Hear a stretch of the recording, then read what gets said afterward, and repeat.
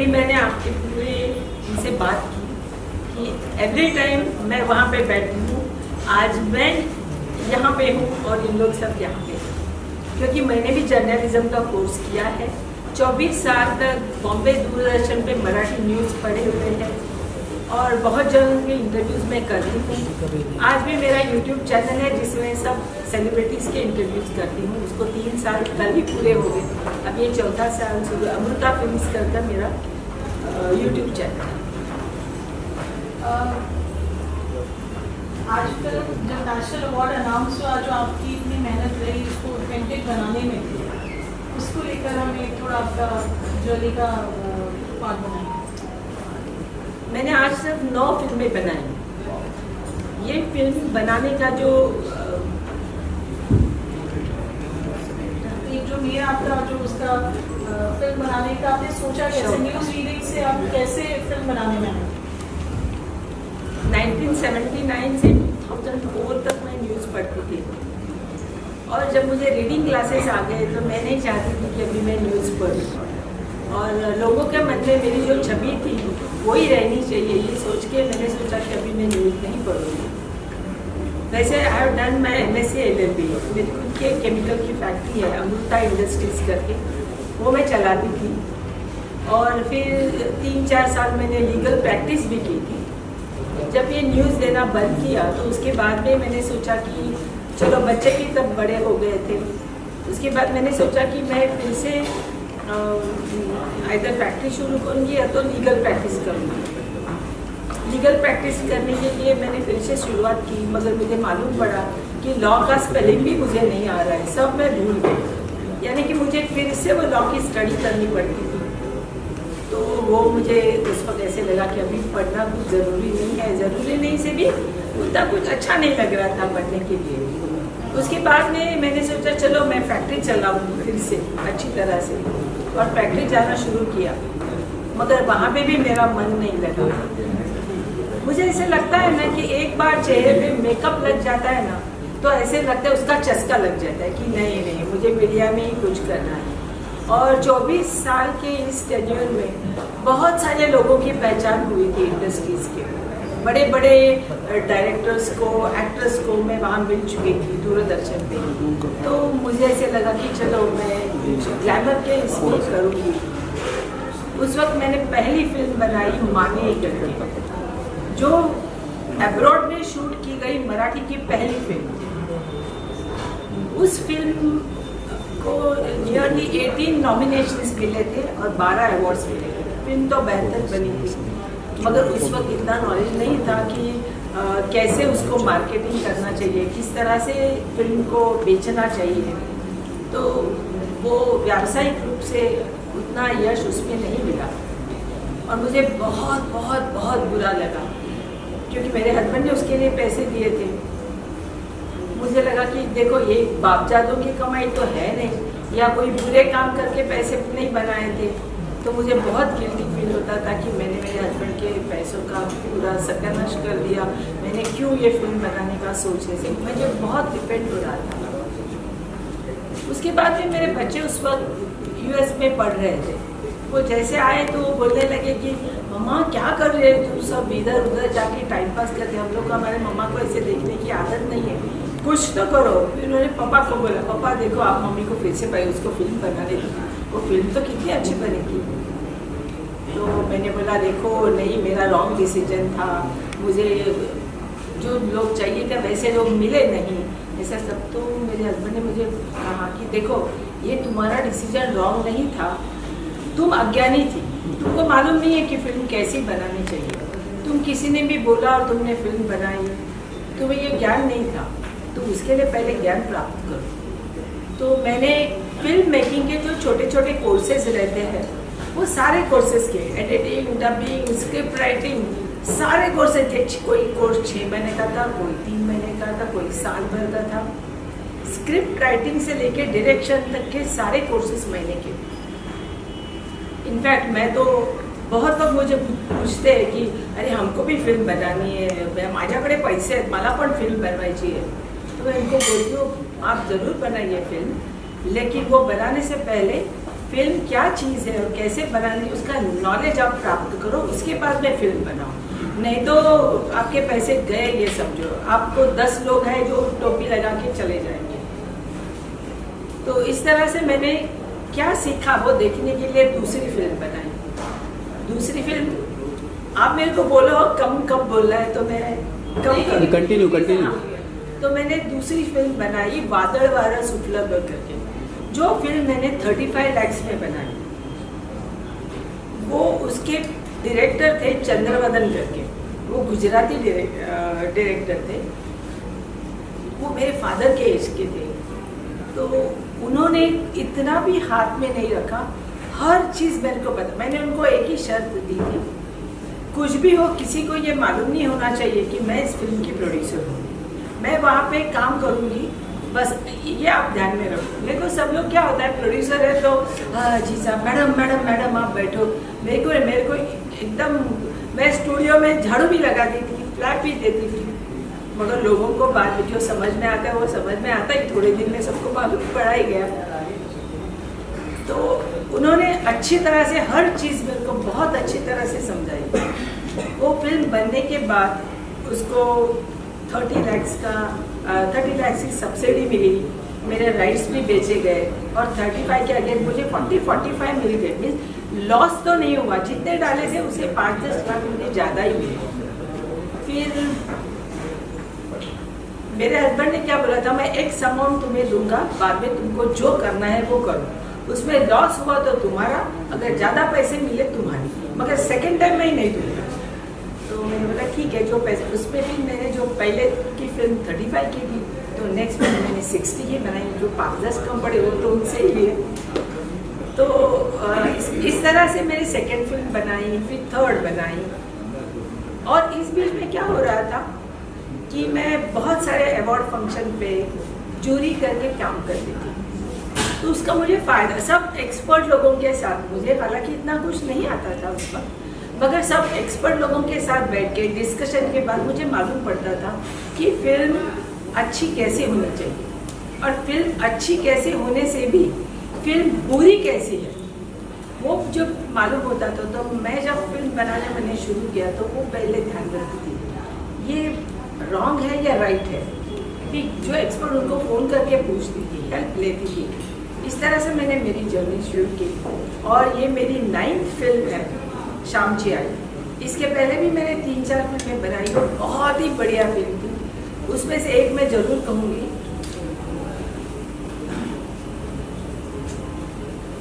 आरोही गोष्ट तिघांची।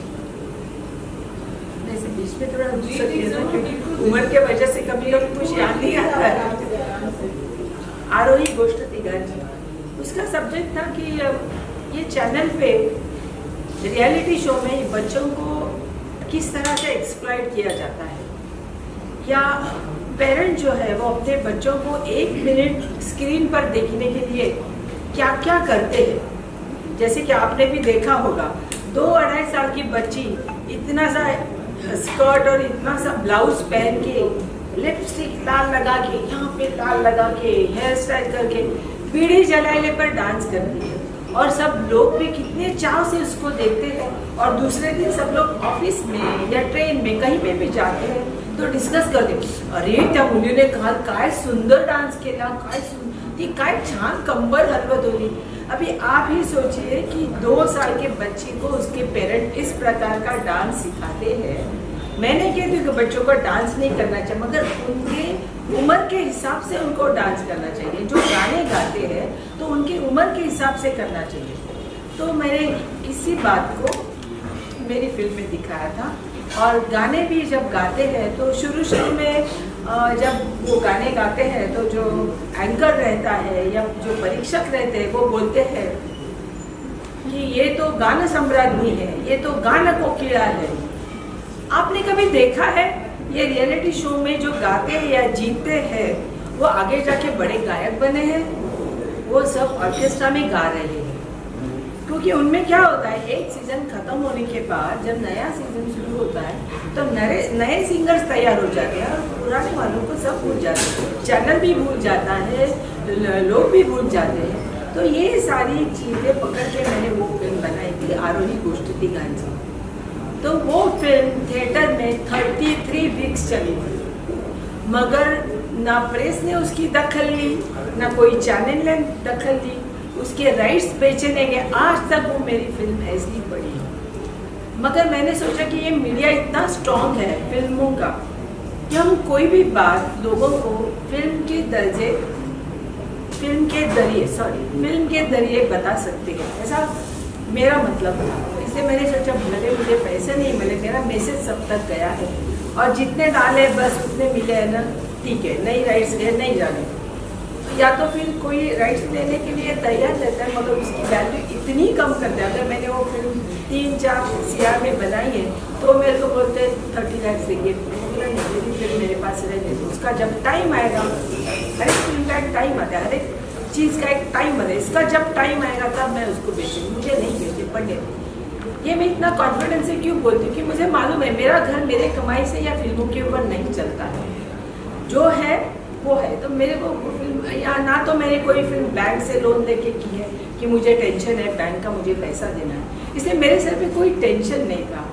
घर के सभी लोगों का बहुत सपोर्ट है, इसकी वजह से मैं ये सब कर रही हूँ। मैम शामची आई की अगर बात करें तो ये कहानी आपने क्यों चुना, आपको क्यों लगा कि इस पर मूवी बननी चाहिए? क्योंकि ऑलरेडी इस पर बनी थी मूवी शायद पहले। एक नहीं, इस पर आज तक ये मेरी फिल्म चौथी है शामची आई की। ओके। शामची आई सब्जेक्ट पर आज तक 3 फिल्में बन चुकी है, सेम टाइटल सेम देखा है।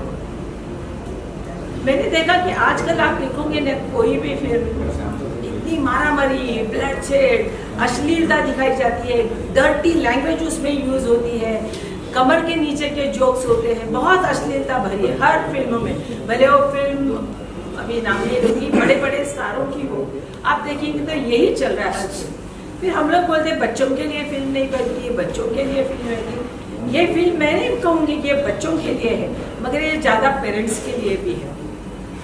और ये जब मैंने स्टोरी तो खैर मुझे बचपन से मालूम थी शामची आई, जैसे कि आप किसी भी महाराष्ट्र लोगों को पूछोगे तो सबको शामची आई ये कथा मालूम। स्कूल के सिलेबस में भी ये किताब थी कहानी स्कूल के सिलेबस, तो सबको ये स्कूल से ही शामची आई पढ़ाई जाती है। इस फिल्म में वो माँ अपने बच्चों को बच्चे संस्कार करती है, जो संस्कृति अपनी महाराष्ट्र लोगों की संस्कृति जो है इसका बहुत ही अच्छा दर्शन इस फिल्म में किया गया है। एक्चुअली ये साने गुरुजी ने शामची आई करके किताब लिखा था, उस पर आचार्य अत्रे जी ने 70 साल पहले फिल्म बनाई थी शामची आई।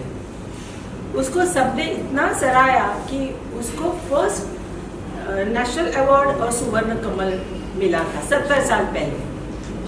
तो मुझे लगा कि इस जमाने में अभी ये फिल्म फिर से बनाना बहुत ज़रूरी है। या तो पता नहीं वो फिल्म मुझे बचपन से ही वो बहुत फिल्म या जो नॉवेल थी वो बहुत अच्छी लगती थी, उसका इम्पैक्ट इतना था कि मैंने सोचा चलो इतना जो रोज की फिल्में बन रही है उससे कुछ मैं अलग बनाऊँ जो लोगों को पसंद है, पूरी फैमिली एक साथ बैठ के देखेंगे, जिससे संस्कार अपनी भारतीय संस्कृति वो दिख जाए कि किस तरह से वो माँ अपने बच्चों पर संस्कार दे। इसमें छोटे छोटे इंसिडेंट्स है। उसका लड़का जो है उसको स्विमिंग, वो डरता है, नहीं मैं स्विमिंग, माँ आके उसको वाटर बेल में ढकेल देती है, बोलते चल तेरे को स्विम करना है। ऐसी 2-4 चीज़ें, वो बच्चा पेड़ के फूल तोड़ता है, छोटी छोटी चीज़ें, बहुत बड़े ऐसे संस्कार नहीं है। वो बोलते नहीं पेड़ नहीं तोड़ना, फूलों को हाथ नहीं लगाना चाहिए, फूल क्यों तोड़े, जो नीचे गिरे थे उस फूल को तो लेके आना चाहिए। नीचे के जो फूल गिरे वो मैं भगवान पे कैसे चढ़ाऊँ? वो बोलते भगवान ये नहीं कहता है जमीन पे गिरे वो फूल चढ़ाओ करके, मगर तुम जो पेड़ पे जो फूल है उसको हाथ मत लगाना, जो नीचे फूल है दूसरों को भी फूल मिलने चाहिए ना, तो आजू बाजू है। ये छोटी छोटी बातें हैं, वो इतनी अच्छी है कि जब आप फिल्म देखोगे तो, क्योंकि आज ये सब नहीं बताते आज के इसमें, तो मुझे लगा कि ये फिल्म बनानी बहुत ज़रूरी है। और जो पहले की फिल्म थी 70 साल पहले जो बनी थी, उसमें वो शाम जो है वो 6-7 साल का था, तभी तक की कहानी बताई है। और मैंने आगे जाके वो 35 इयर्स का होता है, शाम यानी साने गुरुजी। बहुत लोगों को ये मालूम नहीं है शाम यानी साने गुरुजी। तो साने गुरुजी की कथा है, जो एक फ्रीडम फाइटर थे, उन्होंने। हाँ, और एक बात, ये पंढरपुर का जो विठल रखमाई का मंदिर है, वहाँ पे पहले सब लोग नहीं जा सकते, सिर्फ ब्राह्मण लोग जाए या उच्च वाले लोग हैं वो ही जाके दर्शन ले सकते। मगर उन्होंने इतनी क्रांति की वहाँ पे जाके कि आज कोई भी समाज का कोई भी व्यक्ति वहाँ पे जाके विठल जी का दर्शन कर सकते हैं। तो यही नहीं, स्वातंत्र मिलने के लिए भी उन्होंने बहुत सारी चीज़ें की है। फिल्म में लिमिटेशन रहता है, जितना दिखा सकते हैं मैंने दिखाने की कोशिश की है।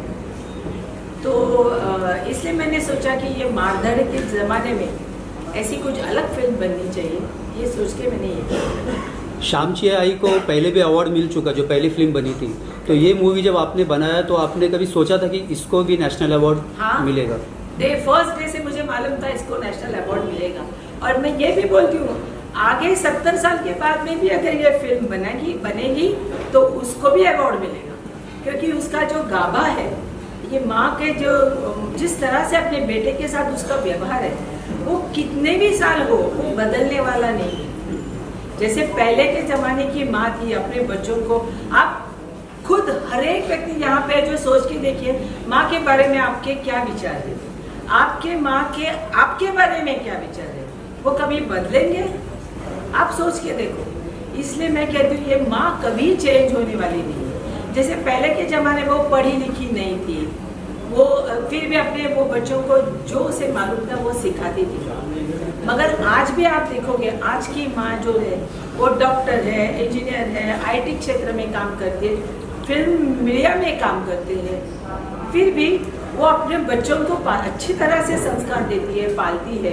ऐसे नहीं बोलती हूँ चलो मैं इतने पढ़ी हूँ, मैं क्यों देखूँ, मुझे नहीं चाहिए बच्चे, ये बच्चों को देखने दो, कोई भी देखे, ऐसे नहीं करती। वो अपने जॉब छोड़ के जितना टाइम उसे मिलता है उस टाइम में वो पूरा टाइम अपने बच्चे के लिए देती है। इसलिए माँ वो माँ ही है, उस वक्त की माँ हो या अभी की माँ हो या और आगे के ज़माने की माँ हो, उसमें कभी फर्क नहीं पड़ने वाला है। और दूसरी बात, आज की माँ की और एक खासियत है, वो पैसा भी कमाती है, तो अपने पूरे घर परिवार को हेल्प भी करती है। ये एक एडिशनल है आज की माँ का रोल। शामची आई की बात की जाए तो आपका जो रिसर्च रहा है फिल्म को लेकर बहुत ज़्यादा है, आज आप जुड़ी रहे हैं बहुत सारे तो आपके पास में नॉलेज रही जिसको आपने अप्लाई किया इसमें और फिर नेशनल अवार्ड है, जो रिसर्च रहा है, जो ऑथेंटिसिटी रही है शामची आई जिसके लिए तारीफ हुई है, उसका पूरा बैकग्राउंड। जब ये फिल्म बनाने का ऐसे सोच लिया मैंने, तो पहले तो डायरेक्टर, तो मैंने सोचा मुझे रेगुलर डायरेक्टर नहीं चाहिए, तो मैंने फाइंड आउट किया कि सुजय डहाके ने इसका डायरेक्शन किया। उससे मैं उसके साथ पहले भी काम कर चुकी हूँ, एक सीरियल बनाई थी, वेब सीरीज थी वो, उन्होंने उसका डायरेक्शन किया था। I was very happy with him कि वो अच्छी तरह से हो रहा है। तो मैंने सोचा कि ये सब्जेक्ट इतना संवेदनशील है और इतना सीरियसली हैंडल करना चाहिए, उसके लिए कोई नॉलेज वाला ही डायरेक्टर चाहिए। जैसे कोई भी 2-4 सीरियल कर लिया, और आजकल लोग कैसे करते हैं, 2-4 सीरियल कर लेते हैं और डायरेक्टर बन जाते हैं और बोलते हैं मैं ये सीरियल मैंने की है, ये करना है। तो मैंने सोचा मुझे ऐसा नहीं चाहिए, जिसको फिल्म का बैकग्राउंड ठीक तरह से मालूम हो। जैसे कि सुजय ने फिल्म मेकिंग का यूएसए कोर्स भी किया हुआ था और उसे अच्छा नॉलेज है, मैं देख रही थी, तो मैंने उसको बोला कि इस पर फिल्म करनी है हमें। तो उसके बाद नियरली 2 इयर्स हम लोग रिसर्च कर रहे थे इस नॉवेल पे। अगर अभी के ज़माने में करना है तो उसे कलर करना है या ब्लैक एंड वाइट में, तो मैंने कुछ भी हो, कितना भी कर जो, ये फिल्म मेरे को ब्लैक एंड वाइट में ही करनी, क्योंकि 200 साल पुराना ज़माना हमें अगर दिखाना है तो ब्लैक एंड वाइट में ज़्यादा इसका इफेक्ट आएगा। ये सोच के हमने वो ब्लैक एंड वाइट में बना ली। मगर अभी मुंबई में ब्लैक एंड वाइट का टेक्निक है नहीं, कलर ही करके उसको हम लोग ब्लैक एंड वाइट में एडजस्ट कर सकते हैं।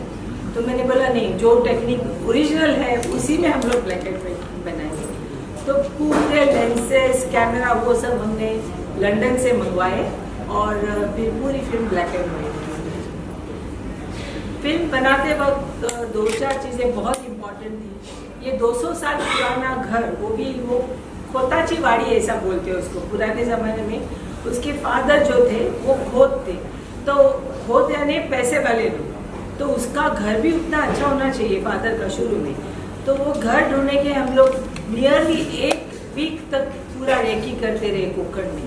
घर तो मिल रहे थे मगर हर घर में अभी फर्श लगी हुई थी, घर में टीवी, फैंसी लाइट्स आ गए थे हर एक घर में, तो वो तो चलने वाला नहीं था। 200 साल पुराने घर में इलेक्ट्रिसिटी थी नहीं, कैंडल थी नहीं। तो फाइनली हमने एक घर ऐसा चूज़ कर लिया कि जहाँ पे मिट्टी की ज़मीन थी जो हमें चाहिए थी। फिर बाहर तुलसी वृंदावन हो, चूल्हा हो, जो चीज़ें वो सब थी, मगर उस घर में पूरे इलेक्ट्रिसिटी थी, सब वायर्स टंगी हुई थी। तो हम लोगों ने पूरा का पूरा उनका कनेक्शन निकाल दिया। उनको बोला हम आपको अच्छी नई सिस्टम करके देंगे। तो पूरा शूटिंग होने के बाद उनको पूरी नई सिस्टम करके दी हमने, और जो ओरिजिनल लाइटिंग थी उनको पूरी की पूरी निकाल दी, और जो लामन दीवा बोलते हैं या कंदील बोलते हैं उसके लाइट में पूरी फिल्म शूट की गई। और हमें जो लाइट लगता था वो हम जनरेटर से लेते थे शूटिंग के लिए जो लगता था। इस तरह से हर एक चीज़। फिर आर्टिस्ट जो थे उनको टकला का, उस ज़माने में टक्कल और यहाँ पे शेंडी ऐसे रहती थी, वो ब्राह्मण लोग रहती थी। तो मैंने बोला किसी को भी मुझे विग लगाया हुआ आदमी नहीं चाहिए। तो बड़े बड़े आर्टिस्ट थे, अगर उनको विग नहीं लगाएंगे, शेव करेंगे तो उनको दूसरे सीरियल में काम करते थे, दूसरी फिल्मों में काम करते थे, उनको दिक्कत आती थी फिर से वो रोल करने में। तो मैंने बोला आपका नुकसान मैं होने नहीं दूंगी, आप प्लीज़ अगर आपको शेव करना है तो ही आप ये रोल मिलेगा, आपको नहीं तो नहीं मिलेगा। और नियरली 400 आर्टिस्ट वहाँ पे थे, बहुत सारे ऐसे मिलोड़ जाती है वगैरह रोल थे। बच्चे थे, 10-15 बच्चे थे। बच्चे लोग तो तैयार ही नहीं थे। उसके पेरेंट्स ने, मैंने बोला नहीं तो मैं नहीं लूँगी, मैं बॉम्बे से आर्टिस्ट लेके आऊँगी। और सारे आर्टिस्ट जो थे बच्चे और जो छोटे छोटे रोल कर रहे थे वो सब हमने लोकल आर्टिस्ट लिए थे वहीं के। तो फिर माँ बाप ने उनको समझाया कि नहीं देखो आप सिनेमा में आओगे, ये तो उन्होंने तुरंत बच्चों ने मान लिया, क्योंकि दूसरे बच्चे उनको चिढ़ाते रहे स्कूल में हो या कहीं आजू बाजू में। तो वो पहले तैयार नहीं थे शेव करने के लिए, बाद में उनके माँ बाप ने उनको समझाया, कर दिया। ओम भूतकर का चयन कैसे हुआ था ना उस बारे में? क्या लीड बोलते एक्टर है हाँ? ओम भूतकर काय झालं ओम त्यांचा बद्दल म्हणणार ओम. मला असं वाटतं ओम भूतकर हा श्याम या कॅरेक्टरसाठीच जन्माला आला.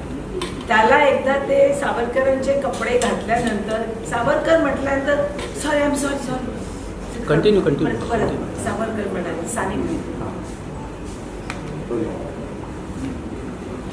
ओम भूतकर म्हटल्यानंतर मला वाटतं साने गुरुजींच्या रोलसाठीच ते जन्माला आले. कारण त्यांना एकदा तो साने गुरुजींचा ड्रेस घातल्यानंतर, आणि ती त्यांची एक टिपिकल अशी पुस्तकावरती पोज आहे, कोणीही हे म्हणणार फोटो काढल्यानंतर हे साने गुरुजीच इतकं, आणि त्याने काम पण इतकं अप्रतिम केलंय की तुम्ही जर तुमच्यापैकी कोणी पाहिलं असेल तर लक्षात घे हा साने गुरुजीच, असे प्रत्येकांचे रिमार्क आहेत. इतकं सुंदर त्याने ह्याच्या, कारण आतापर्यंत त्याचे रोल भिन्न होते, टोटल त्याची इमेज चेंज झाली आहे या रोलमुळे. मतलब पुलिस है मुझे 71st नेशनल अवार्ड तो आपको मिला है इस फिल्म के लिए. अभी आगे भी और साथ में काम करने वाले के सुजय ढाके के साथ या बाकी कोई स्टोरी ऐसी जो आपके माइंड में हो कि अब इस पे फिल्म बनी, क्योंकि रिस्पॉन्सिबिलिटी बढ़ जाती है कि अवार्ड मिलने के सही बाद बात है. एक्सपेक्टेशन भी बढ़ मैं जाता है. बहुत खुश हूँ, उसके साथ रिस्पॉन्सिबिलिटी भी बढ़ी है, क्योंकि आज तक जो मैंने 9 फिल्में की उसमें कुछ टेंशन नहीं था मुझे. शामचाई बनाते वक्त ही मुझे मालूम था कि ये फिल्म अवार्ड लेके ही जाएगी, क्योंकि जिस तरह से जो उसके कट्स वगैरह मैं देखती थी, क्योंकि मैं इसके पहले जूरी हो चुकी हूँ. मैंने आपको हर अवार्ड फंक्शन में इसमें मैं जूरी हो चुकी थी. अंदाज आ रहा था कि अरे ये तो अवार्ड विनिंग फिल्म हो गई, ये तो अवार्ड फिल्म. मगर हर माँ को जैसे अपने बच्चा प्रिय रहता है सबसे ज़्यादा, वैसे हो भी सकता था, क्योंकि मेरे साथ जो दूसरे 2 फिल्में आई है, आत्मा पैम्पलेट और नील 2, वो दोनों फिल्में भी बहुत बेहतरीन फिल्म है, बहुत बेहतरीन फिल्म है. इसलिए मैं नहीं कहूँगी कि उसे ऐसे ही अवार्ड मिला है. बहुत मेहनत की है सब आर्टिस्ट ने, डायरेक्शन भी बहुत सुंदर है. तो अभी तो मुझ पर बहुत बड़ी जिम्मेदारी आई है. हालांकि मेरे पास 3-4 इक्विवेलेंट टू दिस 3-4 बहुत अच्छे प्रोजेक्ट है। देखो अभी पहले ये जो आनंद का क्षण है मैं उसको भोगना चाहती हूँ, उसके बाद में उस पर काम करूँ। यानी 3-4 महीने तो मैं रिलैक्स